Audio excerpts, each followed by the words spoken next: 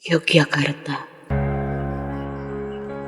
Malam ini angin berbisik dalam bahasa yang terlupakan. Di lorong gelap Museum Seni Kontemporer, seorang pelatih muda jatuh. Bukan karena terpleset, tapi karena dikejar bayangannya sendiri. Lihatlah rekaman ini. Wajahnya membeku dalam teror. Dirinya meninggalkan udara seolah berusaha melarikan diri dari sesuatu yang tak kasat mata. Sebelum kamera padam, ia meneriakkan satu nama. Bima. Tokoh wayang paling sakral dalam kisah Mahabharata. Tapi di sini, Bima bukan lagi tokoh pewayangan. Ia adalah Algojo. Galang, adik Arini, bukanlah orang yang percaya tentang hal-hal mistis. Tapi ketika ia membalikan jenazah kakaknya, ada sesuatu yang seketika membuatnya beku. Ya, di bawah lidah Arini terselip selai kertas yang bertuliskan, Sang Hyang Widi tidak tidur. 5 tahun lalu, Arini dan 3 rekannya meretas ritual Sukerta di sebuah desa di Gunung Kidul. Mereka menyebutnya proyek digitalisasi.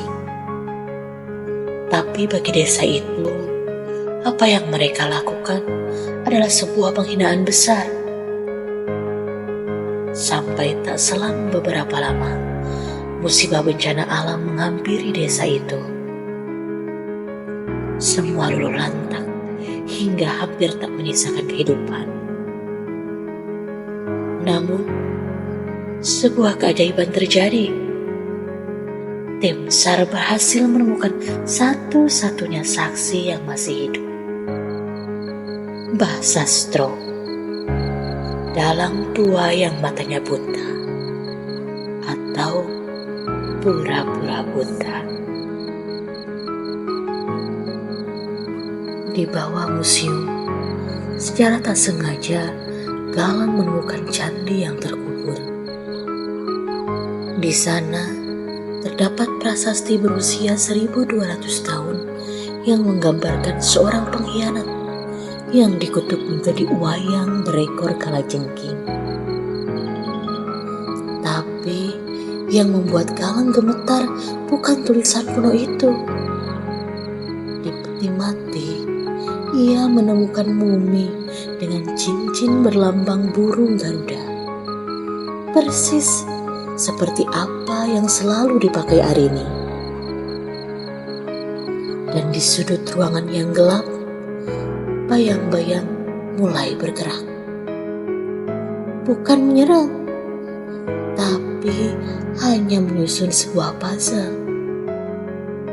Setelah Galang amati, ternyata bayangan itu menggambarkan keadaan orang-orang yang mati dengan sangat tragis. Akhirnya, ketika Galang menyelidiki, terdapat sebuah fakta bahwa setiap korban adalah bagian dari garis keturunan yang sama. Darah Van der Wijk, pencuri relik yang menginvasi candi ini tahun 1945. Mbah Sastro tertawa saat polisi datang. Mau apa kalian? Mau mencari hantu? Aku ini hanya dalang yang memainkan wayang bernama Dendam. Tapi ketika ia melihat ke arah Galang, suaranya tercekat. Dari belakang tiang candi, sosok itu muncul. Arini dengan luka di dadanya yang tiba-tiba menyatu. keturunan Van der Wijk harus musnah, bisik Mbah Sastro.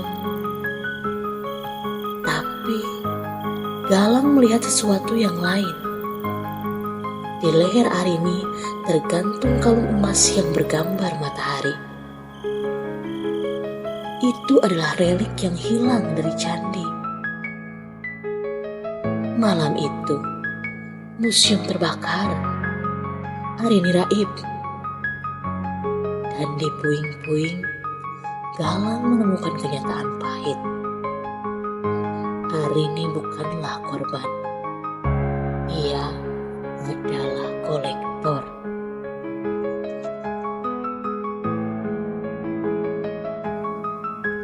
Dua bulan kemudian, di Paris, seorang wanita berkalung matahari duduk di kafe mewah.